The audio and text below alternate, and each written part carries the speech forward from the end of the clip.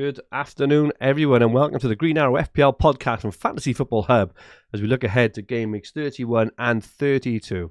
Apologies to all for not making it last week, but we're back and we are excited for the coming game weeks. My name is Fergie and I'm here as usual with the brilliant Rich Clarke. Rich, how are you? And what colour was your arrow in game week 30?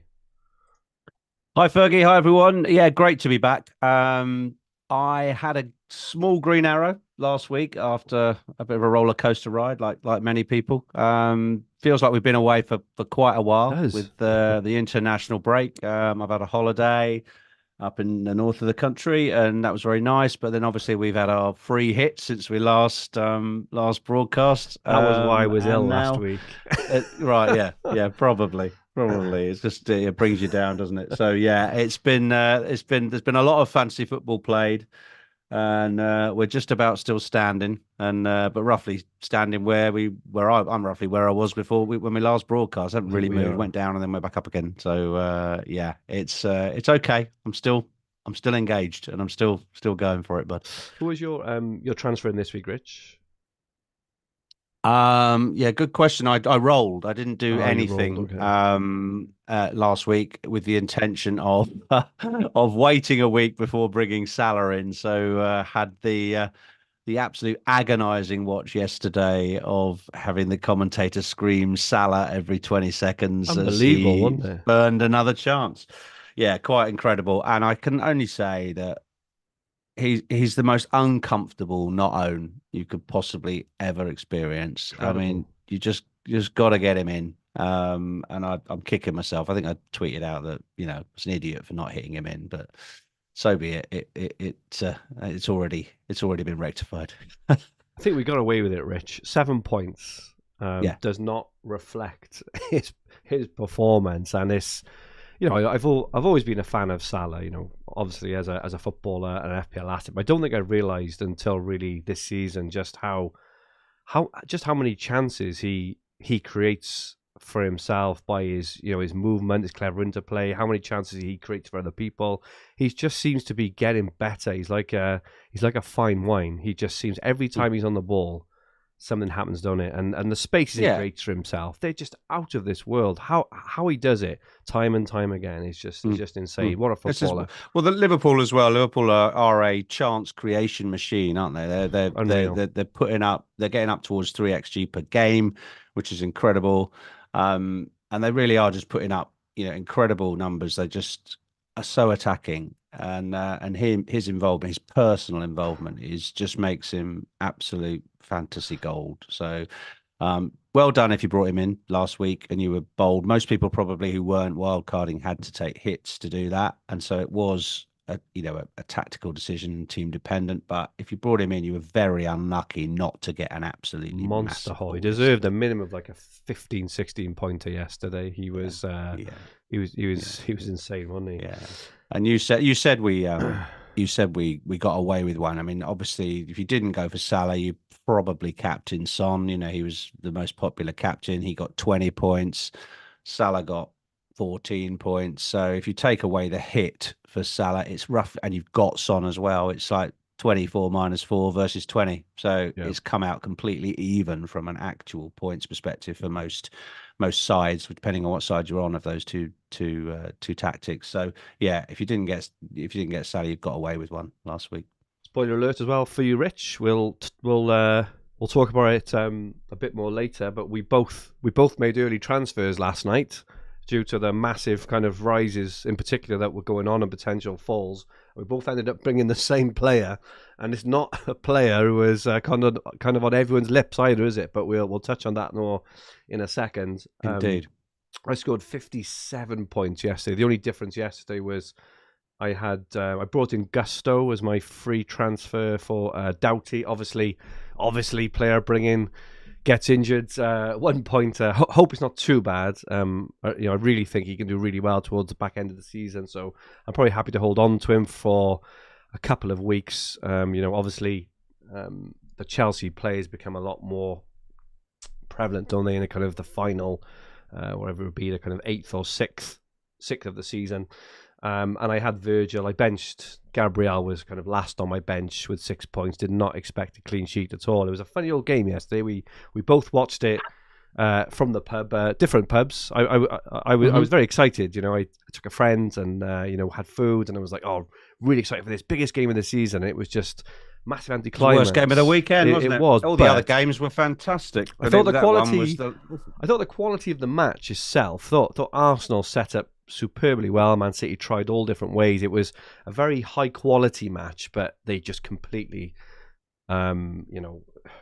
outwitted each other in terms of, in terms of the actual outcome, didn't they? And there was no. I think real it's the first team that stopped City scoring at home since Crystal Palace in something like autumn of 2021. Wow, okay. So it's been 2.5 years since City haven't scored at home. So that just puts some perspective on how good Arsenal's defence is, doesn't it? I think. Mental.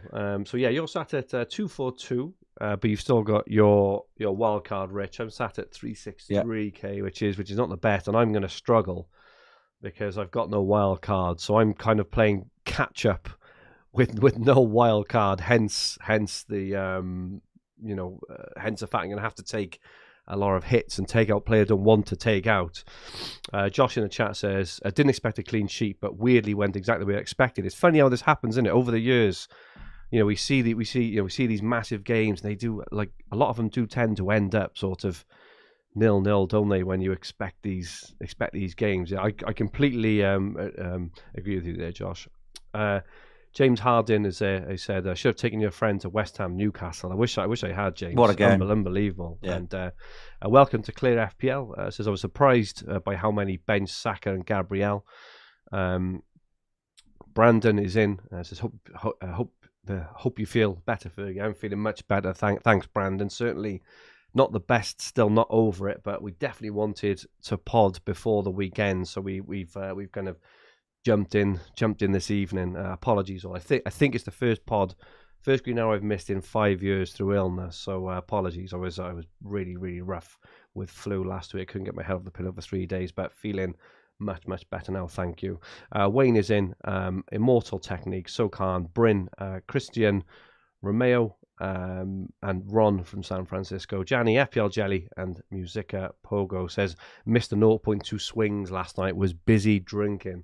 Yeah, there's a lot of swings going on last night, wasn't there, with the rises and falls. There were. We've got the spaffometer out, Rich. It's we've dusted it wonderful. dusted off the cobwebs. Just to remind us and everyone else, we played our triple captainship game week 25. We gave ourselves a mare because we had, I think it was Haaland's 1 goal over the 2 games, wasn't it? We gave my game week 24 wild card a big bin. Big spaff. Yeah. What was it you said? Adam said, is there a kind of chip rating we can? Adam use said that. Well, Adam. Well, we all pretty much did appallingly on the game week 29 free hit. Adam also. I think he did 1 point worse than me. I don't know what did you score? I think you won, didn't you? I got 16. Easy, I think Adam got 15. Easy game. I had 21. Yeah, 21. Yeah, so you must have got a return in there from someone. Was it Gibbs White? Gibbs White. He's the only one. Right. Okay. Yeah, because those numbers I can work out from whatever the number is what someone got, because they're all so similar, weren't they? If you got 16 or 15, you just basically had no returns at all from all 11 players. So Adam said, we ought to invent a category that's worse than a spaff, or actually a degree worse. So I just thought, a lot of podcasts have super chats. So this is going to be the podcast with the super spaff. The super spaff. So are we saying that? Well, I've got an argument just around that. Around the potential spaff for the free hit. It's a team specific sort of spaff, but I would add in, Rich, okay? So I scored 21 points, which, don't get me wrong, is nothing to shout about. It's nothing to kind of write home to. It was a green arrow that week there, wasn't it? It was a green arrow, but more importantly for me, if I hadn't have played my free hit chip, for example, I would have had 3 players, right? I would have probably taken hits, -4, -8, to get myself up to, 6 players potentially. I would have probably scored about 8 points off a -4 or -8. And still not had the team I wanted, because the players we're bringing in for the free hit weren't players we wanted long term, potentially aside from, you know, maybe and then they'll be stuck in your team because you've got no wild card left. Right? So my argument against the spaff is, if I hadn't done it, I would probably have scored something like 8 minus 8. So not far off like a net 0. And I saw a lot of teams with kind of net single figure numbers. I scored 20, you know, I scored 21.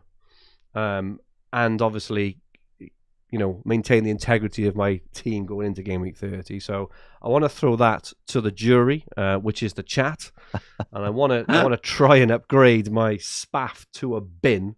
We'll go with the majority, but yeah, that is my argument, Your Honour, for upgrading my spaff to a meh. So I'm interested in what the chat has to say about that. In terms of grading yours, Rich, you know, thinking about where your team was, how it is fit into your season, the points you obviously scored. What do you think? Is yours definitely a spam? Am I just barking up the wrong tree? It feels. I was similar to you. I had 3 when I was waiting for those FA Cup fixtures to resolve. We didn't get any shocks in the FA Cup 5th round, and so I didn't get the Arsenal players, the Chelsea players that were appearing in that week that we were all hoping we might get. So. Very much a lot of the content was geared around, you know, you're wasting your free hit in that game week with only 8 teams playing or 4 matches. But if you actually have a team only happened to have 3 players, you know, in the lead up to it, you had to free hit. It was just the most sensible thing to do rather than take hits to get 8 more players in. It was just, if you were sort of 5 or 6, it was a much more difficult decision to make. And so all that happened is that teams with that many players ended up wildcarding last week or are wildcarding this week because their teams are so awful now because they're full of Luton and West Ham and Villa players that they've got to get rid of them all. So, you know, one benefit of the free hit is you can wildcard later, which I will do. So it's not completely wasted. And the one saving grace was there wasn't a massive swing to non-free hitters. You know, everybody across the game did terribly. It was the lowest scoring game week in history. It was, wasn't it? Had an average score of 12. So in 18 years of playing, there's never been a game week. I think 23 was the previous lowest average, sorry. So it's absolutely smashed the lowest average. It'll be a record that will stand forever, I would imagine. But it's unfortunate that 60% of the games used a chip that week, isn't it? It was so early. It was so early in the game week as well. When I think I heard, I can't remember, it was on the radio.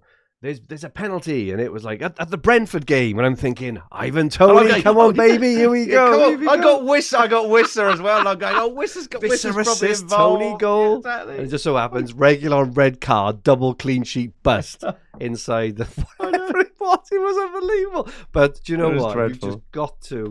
You've got to like just absolutely laugh at those things because it is his peak, his heritage, FPL that will never be forgotten. It'll be we'll be saying it back in 10 years' time. It'll be, do you remember that guy, Regulon? Used to play for Spurs, Man United at Brentford. We all put him in on a free hit, and he gave away the penalty, got the red card, and busted a clean sheet, and we'll be laughing at it and telling the grandkids and whatever else. Well,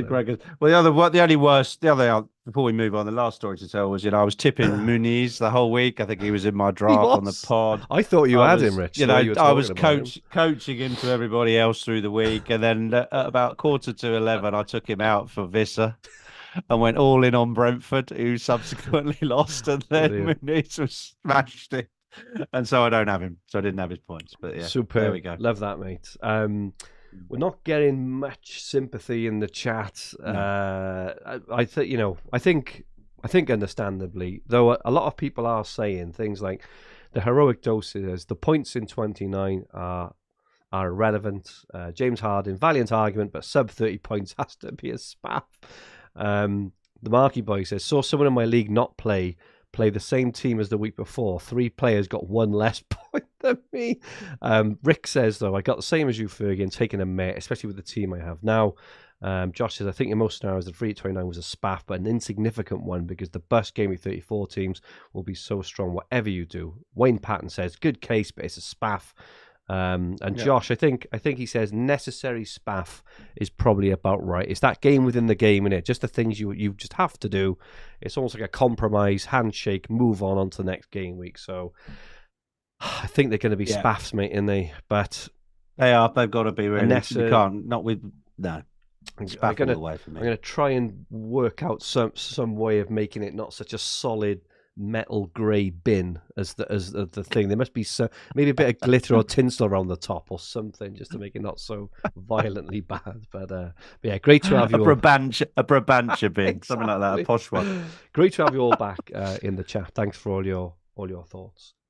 Rich, we have Ben Krellin's planner from this game week now right until the end of the season. Do you just want to give everyone and myself, if you don't mind, just a reminder on the lay of the land? Yeah, sure. So Ben was going to come on last week. He unfortunately can't make tonight, but he was going to come on himself and talk us through the fixtures for as they came out during the international break. And got to give Ben some credit here in his absence. He predicted these fixtures just like they're shown here, and he got it 100% correct. So that's our very own Ben Krellin. There were lots of other predictions out there, and it could have swung either way, but he got it absolutely right. So, well done, Ben. He's having a great season and continues to have a great season. I think he had both Arsenal defenders on the pitch this weekend, and he's on for a top 1K finish. So this is one of the reasons why he is so good, is that he just knows exactly when the fixtures are going to be played. So just to sum them up, game week 34, which is now 3 game weeks away, but 3 more game weeks of play before we're into the double. We'll have 7 doublers, and there are some cracking teams in there. So we've got 2 of the title contenders. Liverpool and Arsenal will both have a double game week. Liverpool's will be Fulham and Everton, both away. Arsenal will play Wolves away and Chelsea at home. And then we've got some other sort of decent teams like Bournemouth, Crystal Palace, Wolves. And they are probably the pick of them is the Palace game with 2 home games. West Ham and Newcastle, 2 very leaky defences with home games. Bournemouth is very significant because, like my team, many teams will have players loaded from Bournemouth already due to the game week 28 double and playing the free hit in game week 29. So I've got 3 Bournemouth attackers. So for me personally, this double game week fell extremely kindly, when the fixtures were announced. I don't have a free hit left. Those that do have a free hit will probably play it in this week, but it's very straightforward for me to get up to 9, 10, 11 double game weekers for this week with sensibly placed transfers. So that's nice because of the Arsenal and Bournemouth players most of us already have. Everton and Sheffield United, 2 teams that don't garner a huge amount of investment. Everton have a reasonable double with 2 home games. That significant game with Liverpool, which would have been, I think, the last game at Goodison Park before it's pulled down, has actually moved back in the schedule to game week 34. I think that's due to the fact that Everton didn't want their last game to be potentially where Liverpool win the title at their ground. So that's moved into 34 as well. And Sheffield United have a double, but I doubt very much there will be a lot of investment in Sheffield United that week. So huge double game week 34 coming up. And that's already having a big impact on transfers. Absolutely. After that week, you'll probably see quite a lot of remaining wildcards played. We still need to know when the rearranged Chelsea and Tottenham fixture will go, and that's likely to go into game week 36, but could go into game week 35. Ben's got that as about a 70% likelihood for game week 36 and a 30% likelihood for game week 35. It will definitely go into one of those weeks because Chelsea and Tottenham both double as well again in game week 37. You'll see that inked in with Ben's got it as very likely, but 99% you can take it as read that he'll be correct there. Yeah, Chelsea and Tottenham both double twice, which means that loading up on their players, providing you can get through game week 34, okay, seems very wise. So if you're wild carding now, with a free hit to play, you can load up on Chelsea and Tottenham assets, free hit in game week 34 when Chelsea play Arsenal and Tottenham blank. And then through the other side, you'll have 2 double game weeks for both those teams. There will also be a double for Manchester City, Manchester United, Newcastle, and Brighton. So good attacking teams all round there for that game week 37. So you'll see game week 37 very likely being the bench boost week that people target if they've still got that chip remaining. So that's all the doubles. Unlikely to change any of that. It's really just the news on the game week 36 or 35 double. If Ben was here, I'd be asking him when we're likely to know that. From my knowledge, I think they will probably wait until the FA Cup semi-finals are played and possibly the outcome of some of the Champions League ties before finalizing the week that game goes into, because it has crossover potentially with when Champions League fixtures are shown on TV. I think that's all about TV coverage and not clashing Premier League with European fixtures. That's right, Fergie, isn't it? Yeah, the only thing I'd probably argue then is obviously the FA Cup semi-finals are in game week 34, so they're going to. I would say that they're going to be done before then, because it only leaves a week or two, obviously, for the the arrangement of the game. So I would guess you're probably more. I think you're probably right about the Champions League stuff, but I would say we'd probably know in the next. I think we need to know before game week 33. I would. Yeah, okay. I'm not an expert right by any stretch, but sure. I can't see him sticking a game in 35 or 36 after game. Yeah, week 34. That's right. I think it's because Arsenal and Manchester City will end up possibly playing each other in a Champions League semi-final.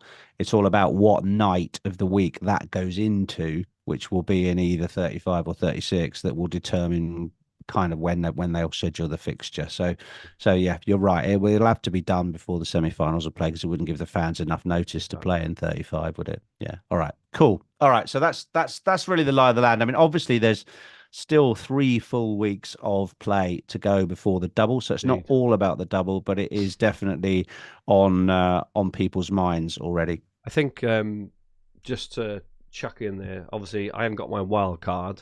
But I think I'm going to be targeting a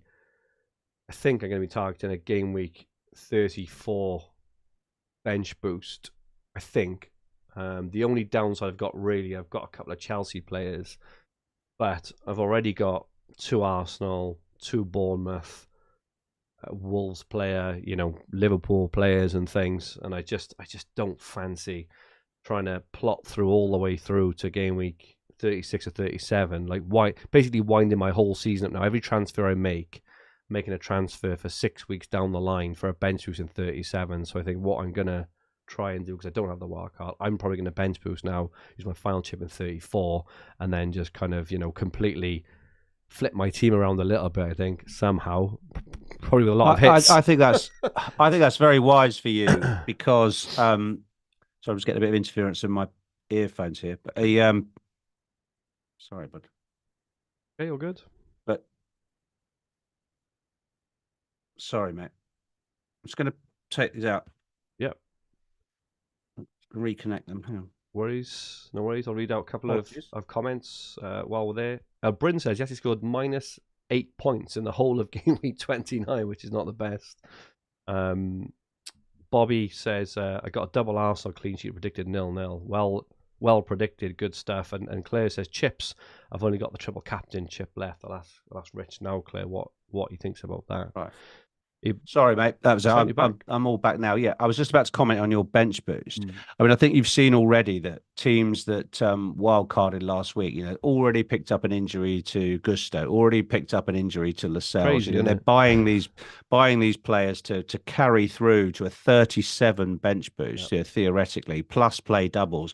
The team you put on a wildcard will decay, quite considerably over a 6, 7, 8 week period. So the longer you leave it between wildcarding and bench boosting, the harder it is. I mean, because of your early wildcard, you've got a team loaded with Wolves players, with Bournemouth players, who have double game weeks in game week 34. Okay, they're not the best players to do a bench boost with, but if you can get 7 or 8 guys on your bench, you've got it. Yeah. It doesn't get much better, and they could still whack out a 0-0, couldn't they? And give you give you a huge load of points. So I think it's very wise for you to bench boost in 34, mate. Yeah, I think I'll probably have Haaland still. Maybe like my bench is not going to be packed with double game weekers, but it could have, for example, Haaland, Foden, and Palmer, which is not the worst, right? They're not they're not the kind of optimal for that week in terms of not having the double, but they're still all got reasonable chances of scoring some points, and I'm going to want all three of those later on, from 35, 36 onwards. So I just think it's the best use of the chip. I'm not hanging about now, going to be like every single transfer thinking about trying to maximize something in 6 weeks' time, when, as we know, and we've seen it a million times, things change so much, and whole teams change, right, in terms of their output. I'll never forget the end of last season. I was playing Sky. Newcastle were on fire towards the end of last season, and Leicester, if you remember, were absolutely dreadful. And I held on for there was a Monday night Newcastle-Leicester game, and it had sort of 3-0, 3-1, 4-0 kind of written all over it. If you remember, Isaac and Wilson were just banging goals left, right, and centre. Leicester were doomed. And it was 0-0 because it just got to a point. It got too late in the season. Leicester were just trying to cling on with everything they had. They didn't even try to attack, and it ended up being 0-0 because it just got to that point of the season where kind of priorities sort of changed for the teams. And I just held on, waited, and went a bit late. So I think that by the time 37 rolls around, I'm not sure if the league will be decided, but a lot of things will be decided. Teams, performance levels will have changed, both at the top and down the bottom. Teams will start to tighten up. I think there'll be a few more clean sheets as well, potentially, just because of the fact that teams down the bottom are just desperate not to lose. Even teams at the top. We've seen it before with Man City. When they get to the business end, they don't try and go and smash teams. They're just happy, with kind of 1-0 or 2-0 and shut up shop. So I think I'm gonna go for it in 34. Claire just asked as well, Rich, just around if you've only got the triple captainship left, when would the best opportunity for that be? Haven't really looked at that. Have you got any thoughts around that? Possibly one of those. Possibly that game week 35 or 36. I would think if you've still got a free hit and a bench boost to use, I think the big doubles are probably still the right weeks for those two. But then you've got an opportunity to put it on Palmer in game week 36 or Son in one of those weeks. I mean, Chelsea would have a decent double with West Ham and Tottenham at home in game week 36. So I think Cole Palmer would be a good use of that TC chip. Definitely in that particular week. Cool. Or Salah against Sheffield United this week wouldn't be too bad. Yeah, you're right. I've certainly used a triple captain in a single game week on Salah before, and I think I got about 51 points or something. It was huge. So I think this week it was I used it before. It was on a Watford game, Huddersfield, wasn't it, or something? I think it was Watford in game week 29, and I think he scored ridiculous points, and it came. It was that game he scored like 4 goals or something stupid like that. I can't remember. Okay, looking at the sell list this week, Rich. I mean, injuries. Jeez, it was. Everywhere you looked, it was so and so is going off. Another player injured. Ollie Watkins off at half time. Anthony Gordon 3 assists and then 2 yellows. I mean, what's happened there? So it sounds like he's only going to get a 1-game suspension, and his yellow cards rebound back to 8 yellows as well, which I think is a bizarre rule. I think they should have thrown the booker in there really and given the minimum. Yeah, of a 2-game I'm ban. surprised he doesn't. He's his actually tally doesn't go up benefited by at least 1. Yeah, exactly. Benefited. Well, this is where there's a bit of a conspiracy theory going around that he maybe did that on purpose and calculated that he'd use the end of the game, got himself sent off, misses 1 game. I mean, he misses his own game against his old club, doesn't he? He misses the game against Everton at the weekend, but then comes back, and as long as he avoids a yellow in both games, he won't get a ban. So crazy. Yeah, interesting. But Gordon's certainly one to consider selling, and he's no longer in my team. I benched him anyway, so I went against the grain. I had almost a massive benching headache this week, and everyone's got. I think it was someone voted 9-1 to bench to play Gordon over Saka, and I decided to play Saka. and yeah, left those 8 points on my bench in the end. So Interesting. yeah, yeah. So we got Gordon on there. Ollie Watkins has a hamstring issue. We don't know Yeah, how it quite how bad sounds it is. precautionary, but if it's, with so many games coming up now, game midweek, game next weekend, and they're not easy games either, are they? It's yeah, it's gonna be interesting to see what happens. But the fact they don't double now to the end of the season, the fact there's so many amazing options, he's going to be a massive sell, I think, this week, isn't Yeah. he? The one in the middle is interesting. Jamal Lascelles was brought in on quite a lot because obviously, he was Sven Botman, who's out for the season, replaced by Lascelles. I saw this morning. Lascelles is out now for like 8-9 months. He's going to be out till like Christmas time. Unbelievable. And Emil Kraft came in, who seems to have been a Newcastle forever. He came off the bench for him. So I suppose you maybe assume that he takes his place, or with Trippier back, that the burn potentially goes into the middle. That would mean Trippier and Livramento go left and right back. But yeah, Lascelles out as well. He's properly out. Porro, you put Porro on the list Rich. Why is he a sell? Yeah. Is it just because he's not doing anything? I put him on the list really to. I mean, it's not a desperate sell. I mean, he's obviously just come in on a lot of wild cards. He's got 2 doubles to come after the break, but he's expensive. He's 5.8. Tottenham haven't kept a clean sheet since when? The dawn Christmas? of time? I don't know. It's a long time. So and since Maddison's been back, he's off some of the set pieces and stuff like that. So his actual attacking threat has gone down a bit. So certainly, I think if you're thinking about getting some a second Arsenal defender, or getting in Virgil or something like that, I think he's certainly a consideration to sell. So that's why I put him on there. I don't think he's a must sell. But if you're looking to generate a bit of funding to move around the team before the double, I certainly, if I was wildcarding this week, I don't think I'd have Tottenham defender anymore. No, definitely. I think I'd probably think about loading up on their attack, at least 2 attackers. But I don't think they keep clean sheets. They just don't. They don't.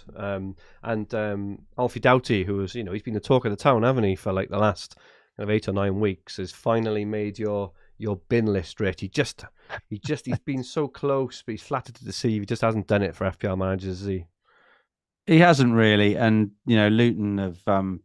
I think I'm done with Luton now, personally, for the rest of the season. Should we have ever gone to Luton, mate? That's the question. I don't think we should. But yeah, I mean, he's got 9 assists on the season, so that shows where his contributions come. But Luton don't look like they're going to don't keep clean sheets. They're the same as they don't keep clean sheets. So even when he's getting, they're playing Arsenal this week, so it's a good week to come off him. And I think he might have a knock. I think he went off after about 82 minutes, and so I think they've still left a flag on him. So he may not even be there. He's still in my squad. He's still there as a bench cover, but I'm not planning on starting him anytime soon. So I think he'll be going out before the double game week for me. On a more interesting conversation, transferring options, of which they are plentiful, and it's actually really, really exciting to see so many different, particularly midfield and forward options, like kind of step to the fore in terms of different sorts of teams, different sorts of players, and we'll look at predicted points next for the next 4 game weeks, but it is littered with new names that we haven't seen. So exciting stuff. Do you want to talk us through the best options for you, Rich, over the coming week or 2? Yeah, I mean, again, we could have 2 or 3. There'll be lots of other suggestions in the chat of players we should have on here, but I picked out 5 that are very topical to me and you at the moment. I think if you haven't got a plan for Salah and you haven't got him in yet, it's not too late. The deadline is tomorrow. He has risen in price twice since the weekend, so like Jesus. Get him in. Get him in your team before he plays Sheffield United. Find a way to do it. Take hits if necessary. It is absolutely terrifying. What do you think the score's going to be, Rich?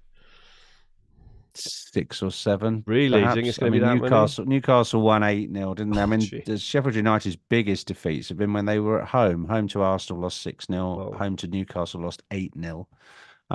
Away to Liverpool, though. I mean, suggestions they might rest a few, but I don't think they will, given the got Man United on the weekend, Liverpool, haven't they?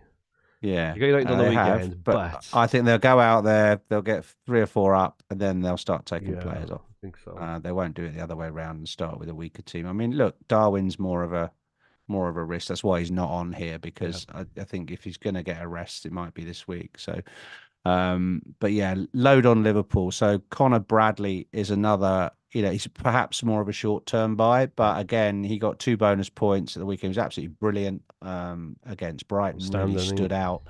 I'm not sure that, although Trent is coming back, I think Trent might make his first appearance from the bench rather than again. So I think you could get at least 2 more games out of Bradley and possibly more, and they may reshuffle and play both of them at the same time. So Bradley's a great pick for this week.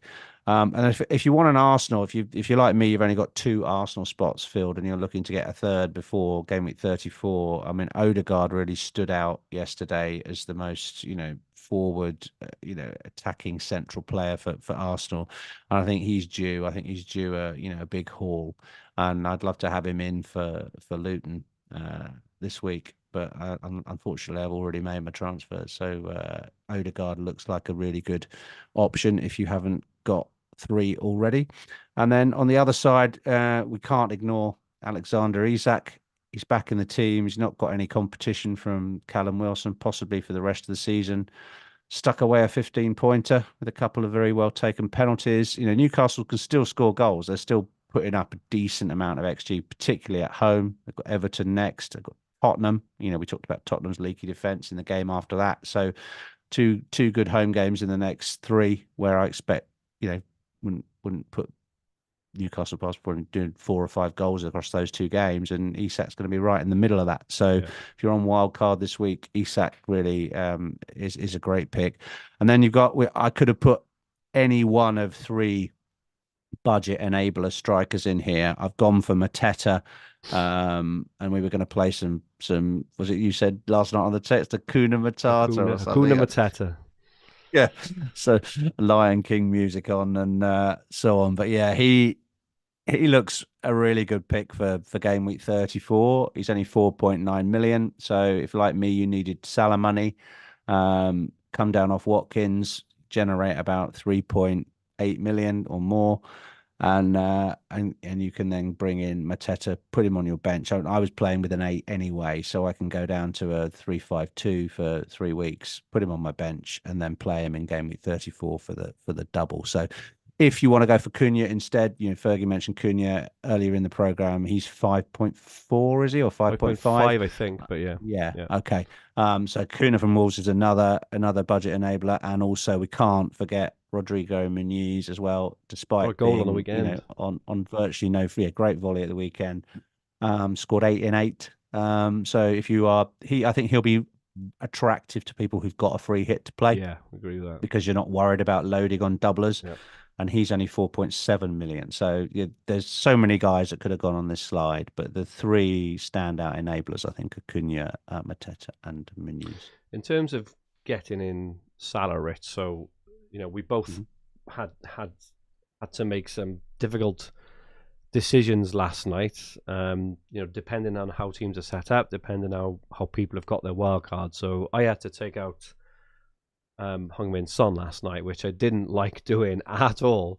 But if I wanted to maintain Son in my team, and kind of garner the funds together to upgrade my 5th midfield, which is Pedro bloody Neto, who's out for probably most of the season now, I would have had to probably take at least I think it was a -12 I worked out.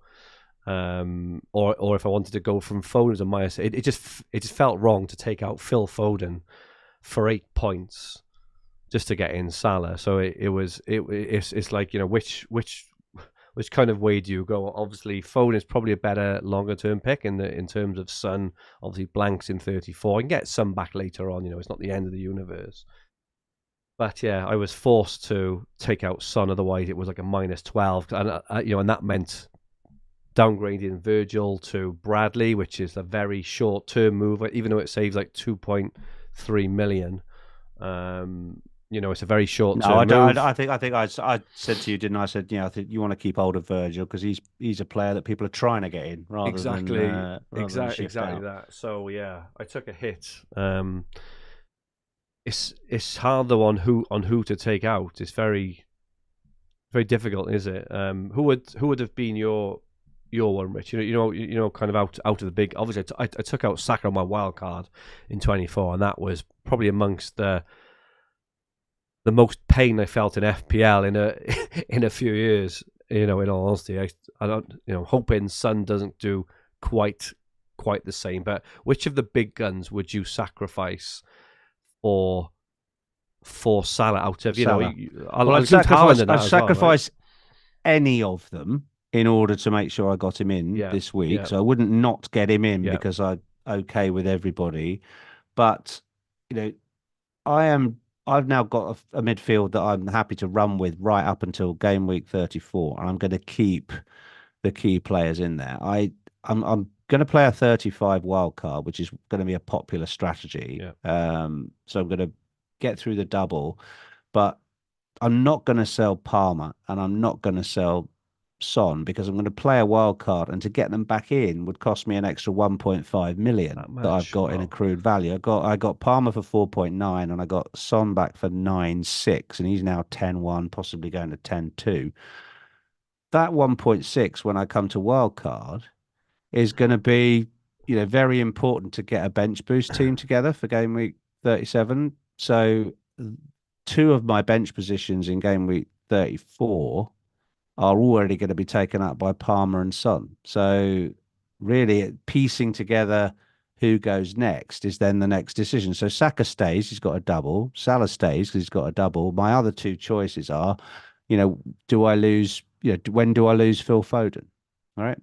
So I'm keeping Palmer, keeping Son. If I want an extra doubler in game week 34, I've got to lose Phil Foden in game week 34. But in game week 33, Palmer's got Luton at home.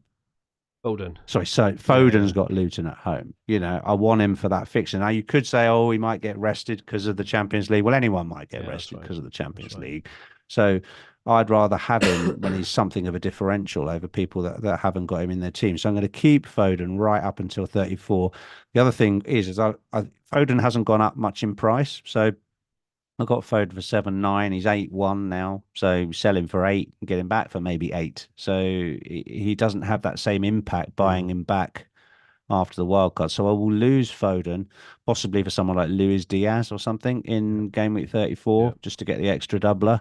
Or I'll lose Haaland for Darwin, in game week 34 to get the extra doubler, because both of those guys have not changed much in price, and so they can be bought back on the wild card. So it very much depends if you've got a wild card to play or not. But because I have, it's team value of the player value becomes very important. So I've seen lots of people selling Son. I've seen lots of people selling Foden already. It really just depends on have you got a slot, of one of these players to sell, Yep. Really good point. Let's have a quick look at predicted points the next few game weeks. It's nice to see some fresh names up there. Obviously, Salah and Haaland and Saka are still up there. Salah is top, obviously, with the double, 38.8 points. He's predicted to score a shed load of points this coming weeks. If you don't have him in your team this week, get him in. Choose your battles, and going against Salah captaincy this week, it may, it's funny how it happens at times. It doesn't happen as you think it might, but when it does and you're not on him, it's going to hurt. Haaland second, 31.8. Saka 29.2. Eze, quite surprisingly, is in at 4th overall top point scorer, 27.1 points. Darwin Núñez 26.7. Cunha is back now. He is down as coming straight back into the team. 88 minutes.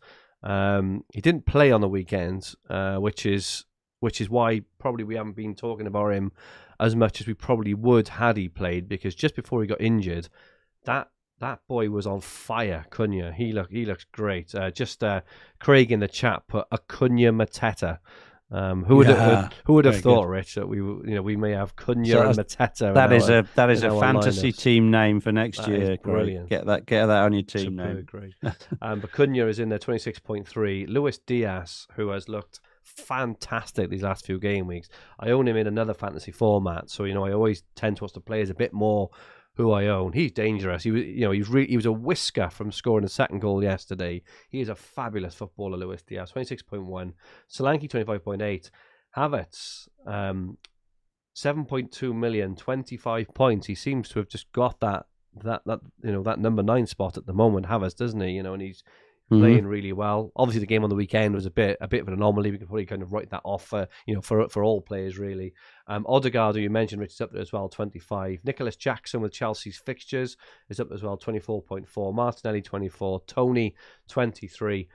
De Bruyne 22.9, Gabriel 22.8, Isaac 21.3, Semenyo with the double 21.3, Van Dijk 21.2, White and Sarabia. But nice to see some real different names. The one that stuck out for me there, Rich, the most is fourth Eze, like 27 points, right at the top of that chart, above Darwin, Cunha, Luis Diaz. I mean, as well, when you consider that okay, yes, he's got an extra game, but one of those games is against City, and the other ones, are they playing Liverpool? Is it no? Yeah, Liverpool and City are in 2 of those games as well over the next 5. He's predicted to score 5 points this weekend, 5.2 next, 4.8, and then 11.9 in the doubles because they got that home double. It's massive, 11.9 points in that double, which is I'm looking at Foden to Eze as a move in 34, but because he's made a glass, this is the problem. Injured a lot. You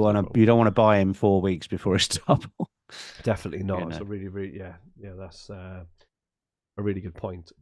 Hubby Game Week 31 wildcard team. If you are on wildcard this week, which some people are, this is what Hubby has spat out. If you want to look for yourself, fantasyfootballhub.co.uk/my team.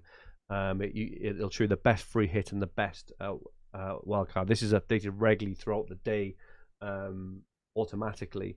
It's got Raya in goal, Davrabka as the second keeper. It's then got Gabriel, Van Dijk and Nori at the back, along with Lascelles.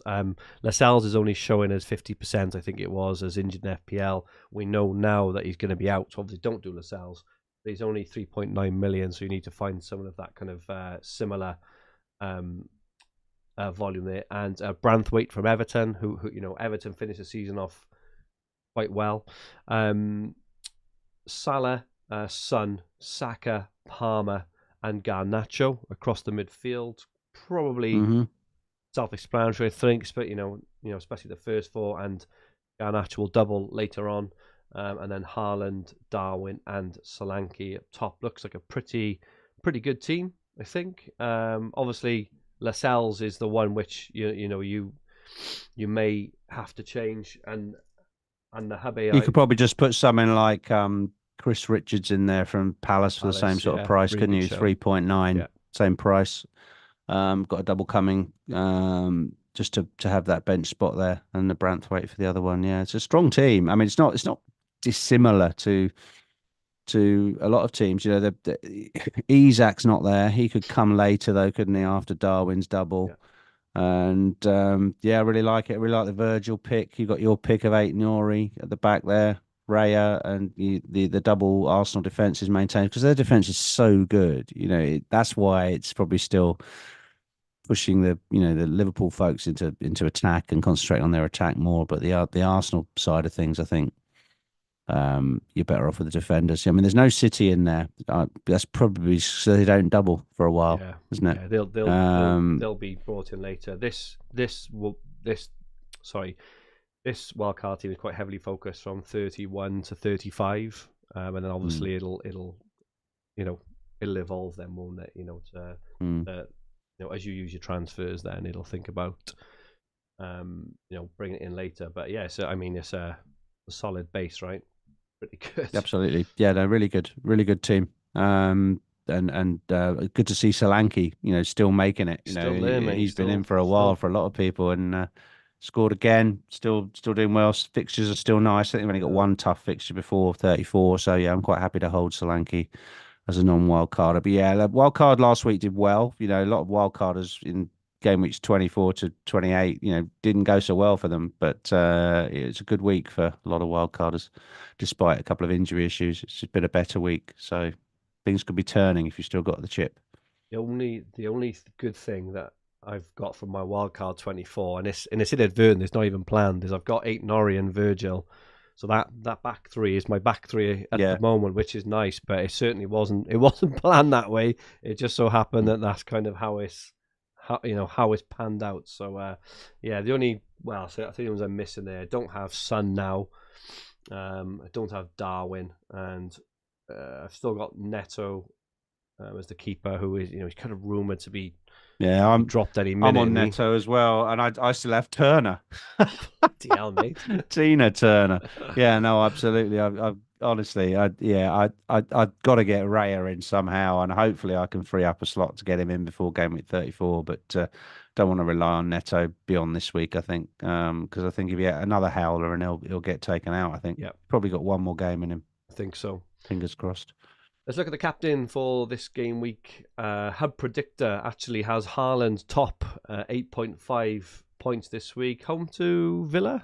Yes. Home Villa, Villa with no nice John fixture. McGinn and possibly no Ollie Watkins. So good game for City that. Expect them to bounce back from the Arsenal draw. Salah 8.3 points. Son 6.7. Jackson 6.5. Saka 6.3. Excuse the kind of length on the poll. I only updated the poll this morning. Updated the slides about an hour later, so there's only 9 votes, but 8 of those 9 votes went to Salah. He is going to be his EO this week is going to be pushing 200%. I think. Any argument to go Haaland ahead of Salah, Rich, or is it just all in on Salah? Extra point for the goal, clean sheet, wherever else. But he looked so dangerous. 12 shots he had on the weekend. Yeah, I mean, it's there's no way I'll be going anybody other than Salah. It just based on the opponent. It's a top versus bottom. It's home to Liverpool. They're on fire. He's on fire. Haaland's been a bit iffy recently. Villa are still a good side. You've got to go with the fixture, but then the form of the player, it looks like a bit of a no-brainer. But if you are languishing in the ranks and you want to try and play a bit of variance, going Haaland when no one else has captained him, if it swings your way and he bags a hat-trick and Salah blanks, you are going to rocket up the rankings. Because normally you can't really use Haaland like that because everyone owns him. So it's you could definitely do well, but I think you've got to be a brave person to go against Salah this week. It's that thing. It's how you want to spin narratives, isn't it? It's like Salah's going up against that low block of Sheffield United. He's going to find it tough. Whereas Haaland up against that really high line of Aston Villa, he's going to get lots of space in behind. You can kind of spin it how you want, sort of thing, don't you? But I do agree with you, Rich. Is like there's not many times that you would have Haaland at the Etihad against. It's probably fair to say that Villa are not the best defensive team in the league.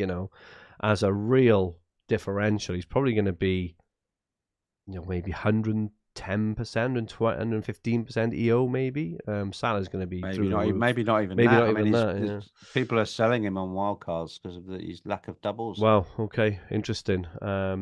But yeah, I think I'll be on Salah. But nice to. I'm pleased. I'm pleased I own Foden still in this fixture. It feels like a nice fixture for an under the radar Foden to come in and get a goal and assist or something like that. That's what stopped me moving Foden last night. So I could have avoided a hit and lost Foden last night, but I held on to him because I fancy this Villa fixture and I certainly fancy the Luton fixture for Foden. So.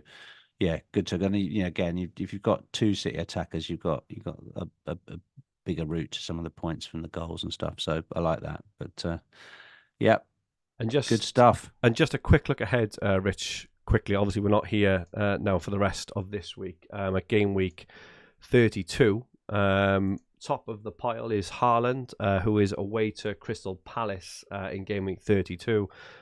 Salah is joint second. Liverpool are away to Man United, so that's a big old score for away to Man United. Obviously doesn't fancy the Man United defense against Salah. Son, they're home to Forest, so they're the big 3 this weekend. Villa home to Brentford is pretty decent as well, even though lots of people will have sold Watkins, assuming he plays. But yeah, it could be a bit of a 3-way tie this weekend. I can smell a bit of divergence ahead of the captaincy for this weekend. Rich, who is it? Who will be your bus captain for this weekend as it stands? I don't know. I obviously will. If I had to pick now, I'd possibly look at Son. I do like a home player. I do like a home player to be the captain. And when a team goes away, they normally don't win by more than one or two goals, do they? So I think might go Sonny again. If you ask me now, but I think. I mean, he was incredible. I mean, both posts, didn't he? And he had another absolute sitter. It's just. I mean, he could have had 20 points, couldn't he? Not 10. I mean, he could easily have had 20 points. So he's on great form. Spurs were much better after their Fulham nightmare, and I think they can't afford to drop points either because they're in a foot race with Villa, aren't they, for fourth? So I think Son's a really good candidate, and you could again a good week to swing against Salah and Haaland, but I think Liverpool will beat United quite easily. Actually, there's a gulf between them. And looking at what Brentford did to them. Shout of Palmer from Josh as well. They're away to Sheffield United. Chelsea as well. That's not the worst shout. So I think looking at Haaland, Palace historically, I think they've been a little bit of a bogey team for Man City over the years. Do you remember Andros Townsend, absolute howitzer goal, which I think was a winner, wasn't it? Was it a winner or an equaliser a few years ago? Absolutely. No, they won 3-2. I think it was an away game. Yeah, no, they did. They beat them. And I'm pretty sure that Ederson saved a penalty from Palace about maybe 3 seasons ago to save the game as well. So this is this is for the weekend column, just so you know. But yeah, interesting that's going to be a really interesting game week 32. Because there's some big options there, but no massive real standout option either, I don't think. They're all decent, but nothing absolutely standout. So interesting stuff there. Fergie's a punt for the next 4 game weeks. Had a bit of a look at this. Obviously, there's a lot of interesting options. I thought this player, which I've gone for, actually was less owned than he was, but he is actually 10% owned. He's much lower owned for engaged managers. Think his EO in like the top, probably 100k or 200k will be much lower than the 10% overall in the game. But watched him a lot in recent weeks. He looks frightening to say. He should have scored a couple of goals on the weekend. Great fixtures, good value, 7.5 million midfielder, and he is a real nice way into this midfield for a team that's going to score a lot of goals over these next few weeks. For those who haven't guessed it, I'm sure many of you had, but my differential pick for the next 4 game weeks is Luis Diaz at Liverpool, who looks to be starting every game at the moment, and quite rightly so. He looks frightening, and he looks like the kind of player who can go on a real run. His partnership with Salah looks really good. So yeah, Rich, you're kind of nodding. I think you mentioned about maybe bringing him in a bit later on, but he's very exciting. Yeah, I quite fancy him. I quite fancy him for Foden in game week 34. So I haven't made up my mind whether I want to play game week 34 with 10 plus Haaland, or whether I want to get all my City assets out. I can get to 11, having taken a hit this week, so I can get to 11 doublers. So I might take out Haaland and Haaland and Foden for Diaz and Darwin, and just go all in on Liverpool attack. That depends whether Bradley's still a feature or not. But yeah, it's certainly an option. And I think for me, it's easier to come down from Foden to Diaz, and then I can move, say, Neto up to Raya or something like that, and get the Arsenal defensive coverage there, and dispense with too much Bournemouth. So yeah, there's lots of options here, and I think he fits nicely into the midfield for the double.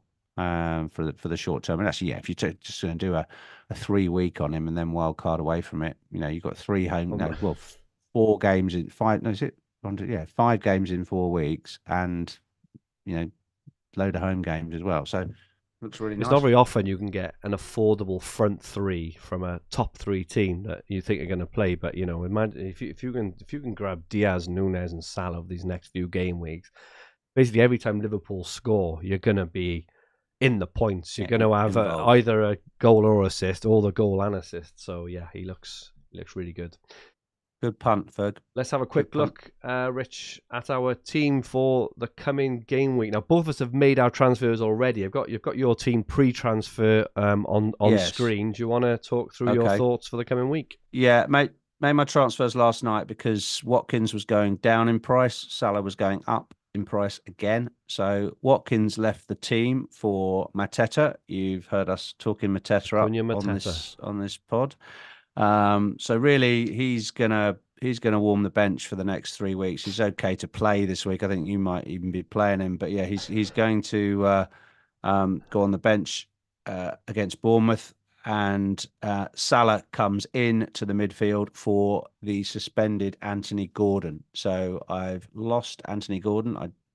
In order to finance that move, I was still short by an agonizing amount of money. So I picked up another injury yesterday to Nathan Ake. After he nearly scored, he then went up. He lasted another 10 minutes and then went off injured with a calf injury. Pep's confirmed that he'll be out for a while.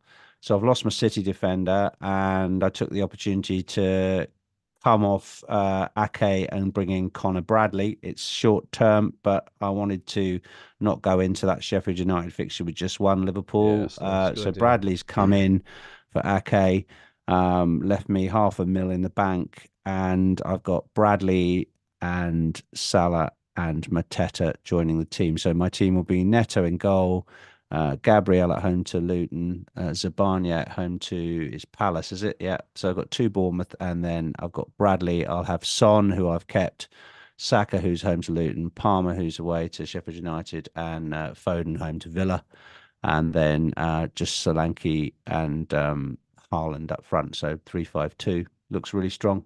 -4 though, but yeah, hopefully that'll be a green arrow. Yeah, strong, mate. Very, very strong. Like pre-transfers, your defense is pretty horrendous, but you've still it's horrendous. Well, Maguire, I mean, you know, you've had Maguire since the 2015 season, mate. It feels like he's been in and out of the team. I can never get. I'm surprised you haven't got Simicast still. I've still got Doughty. I think Maguire's got Sheffield United coming up. Is it in game week 34 or is it game week 33? I can't remember. And he might come in useful at some stage, but I can never get around to getting rid of him. There's always another fire to put out, mate. So yeah, poor 4th and 5th defenders, even so. And Zabanya, I mean, you know, Neto and Zabanya, I mean, it's not.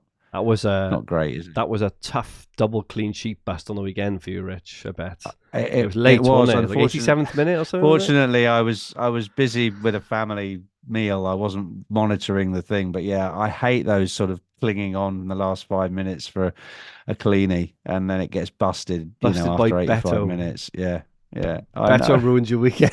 and for people who had Kirkes, he went off on like 63 minutes, incredible. Banked to Cleany, and he was the only defender who got a clean sheet on Saturday in the whole game. Unbelievable. Absolutely Kirkes, who is the player who is probably one of the players who shouldn't have even played. Your recommended transfer this week, Rich, was Ake to Aït-Nouri and Son to Salah. This is obviously doesn't include any hits, but you know they look sensible transfers. But obviously with the hit, I think you've done it the right way there. With that, I could have done that. I just for what reasons we've discussed, I just want to keep Son. Well, for the rest of the season, probably I'll just bench him in game week 34, and I don't want to pay 10.2 million for him when I buy him back, because although you'll see people loading up without Salah in the wild card, towards a bench boost in 30, it does make a bench boost much easier in 37 if you don't have Salah. But just look at the guy's form and look at how he's playing. Do you want to play every week up to 37 and the last game week without Salah in your team? I don't. No thanks. He's not leaving my team. I'll just play I'll just play him on his own in game week 37. It's fine. It's all you have to do. It's not like he doesn't have a game. He has one game. Exactly. So my team was looking all right. Neto in goal. Have a wild card back three of Virgil, Gabriel, and Aït-Nouri, which I'm really pleased with. By accident, not by design, I would add. I've got Gusto as well, like I say, who I hope will be back soon. I know he had like a hamstring injury, but obviously there are varying degrees of these injuries, and I really hope he's back soon. I'd love to have him back for next week, the Sheffield United fixture. We will see. I had Son, Foden, Palmer, and Saka and Neto, and I had Haaland, Solanke, Watkins, but I took a -4 last night, same as Rich. We were discussing in our Green Arrow chat. We were both kind of, I say both. I was definitely panicking, Rich, because I am sick to bloody death of waiting up at like 11:15, 11 o'clock, 11:15, trying to work out what the bloody hell to do with my team. And it's funny, whatever you do, if you leave it and let the rises happen, nothing seems to happen. You should have done it. But if you do it and, you get some random injury news for the week that, whoever you've just brought in is now injured or whatever else. So it never seems to happen how you want it to happen. But no. I did last night. I just thought there's no way. I saw a tweet that Salah and Muniz, I think, were going up. And I just thought, I am not missing out again. I'm sick to death of this. So I had to make a decision. So I took out Son and Watkins, and I brought in Salah and Mateta, the same as you, Rich. Like I say, purely, I'm playing my bench because I think now in 34, so it made Mateta for me a better option than Muniz for 34. Happy to have him in there for that. I've got 1.7 million in the bank. I've still got Neto. I'm kind of holding on to Senesi the same way you hold on to players. I think he might be back in training maybe this week. So okay. I hope he hopefully makes it for the double in 33 in 34. That would be a welcome surprise if he does. Just having him, I can get some. He can avenge the fact that he got injured ahead of when I brought him in for the double game at 28. If he can make it for 34 for me and get just a couple of points, that would be really, really nice. So yeah, Pepian says Mateta over Semenyo. I agree. Like, Semenyo's a really good pick. I've already got triple Bournemouth last night. I was looking at Semenyo because I had a critical. He's 0.1 less than he's 0.1 less than Muniz, or he was, and I could get to. I think I could get to Salah without the hit with Semenyo, but then I found out I couldn't do it because I already had 3 Bournemouth. We know we're playing FPL wrong, right? When we can't fit in a 4th Bournemouth player. Jesus. You already have the maximum number of players from Bournemouth. Just get your head around that. Yeah. Superb. I've got Kaminsky on my bench as my keeper as well. Who's I'm not happy with that. I need to sort him out at some point as well. I can see. What I don't mind doing is taking like a -4 each week to help kind of move, move my team along a little bit. A kind of staple move. No, I mean when it's a foundational forced, move underneath. I don't really mind. When you get loads of injuries, right? You got loads of flag players. I mean, if I hadn't taken a hit, right, for Ake, because there's arguments out there. Don't take a hit for a defender.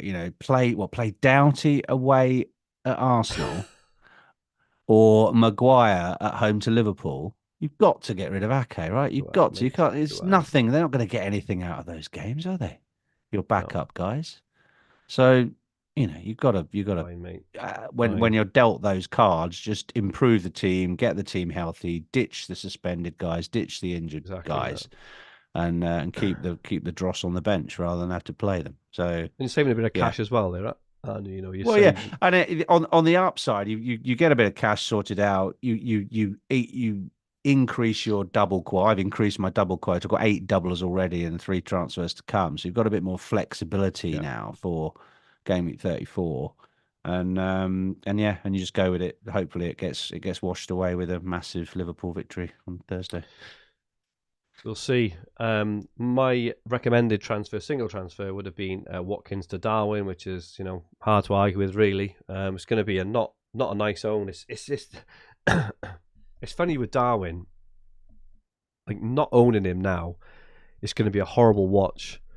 But apparently, when you own Darwin, it's still a horrible watch. So no matter what happens with Darwin, it's just a horrible watch. I've owned him several times, and it's not the same as watching Salah have chance after chance, because when Salah has chance after chance, you think there's a 60% chance you're going to put it in the back of the net. With Darwin, it's completely the opposite. It's just eternal disappointment. He finds ways of not scoring, doesn't he? You think he's done every move in the book not to score, and he'll invent something else. Yeah. But I was looking at Darwin, Watkins.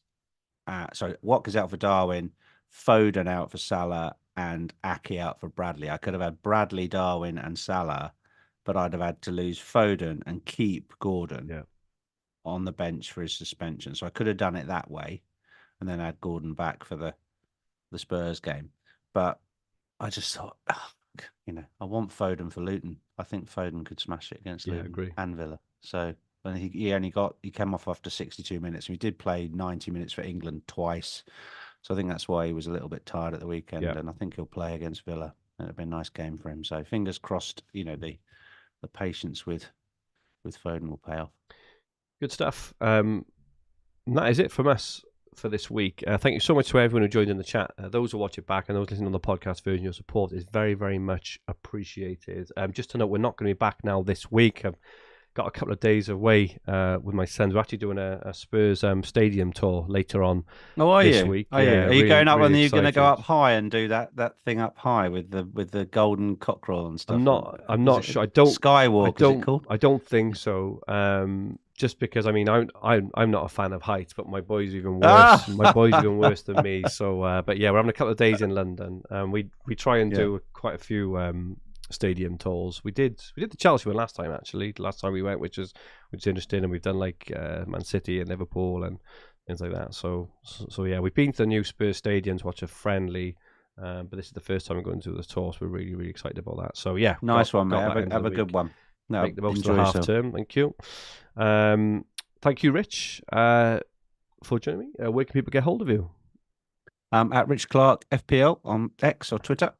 Good stuff. My handle on Twitter is at FFH_Fergi. Don't forget, you can get everything you want.